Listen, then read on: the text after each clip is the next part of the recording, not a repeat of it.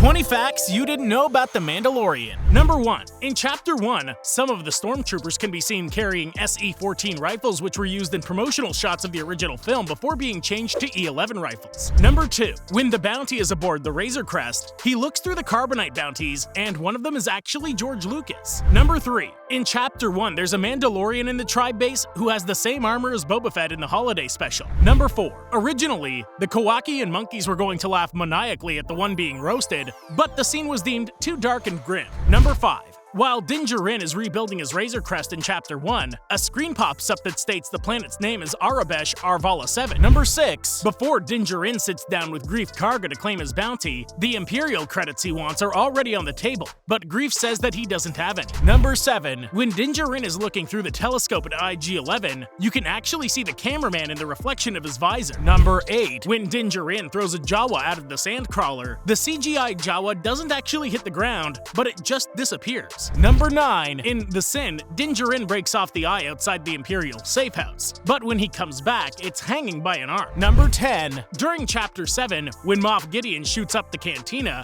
the bartender droid actually ends up being shot down twice in 2 separate moments. Number 11. For Chapter 7, production needed more stormtroopers for the climax, so Dave Filoni decided to enlist the group of the fan costume group 501st. All of their costumes were handmade. Number 12. The Imperial troop transport used in Chapter 7 is actually based off of a 1978 Kenner toy, but it was also featured in the Rebels show. Number 13. Brendan Wayne plays one of the stunt doubles for Din Djarin, but he also plays as one of the Mandalorians who saves Din during one of the Purge flashbacks. Number 14. One of the Tuskens in Chapter 9 was actually deaf in real life, and the actor helped create the Tusken Sign Language used in the series. Number 15. The spider creatures that attack Din, Grogu, and Frog Lady in Chapter 10 are actually based off of unused concept art from Ralph McQuarrie of Empire Strikes Back. Number 16. The giant mother spider is seen thrusting her 2 legs through the cockpit windows, but a later shot shows no damage to the cockpit windows. Number 17. Whenever the Marshal travels on his pod racer engine speeder, his hair never moves to the velocity of the actual speeder. Number 18. As Din Djarin is instructed to sit at a certain table when arriving with the Frog Lady,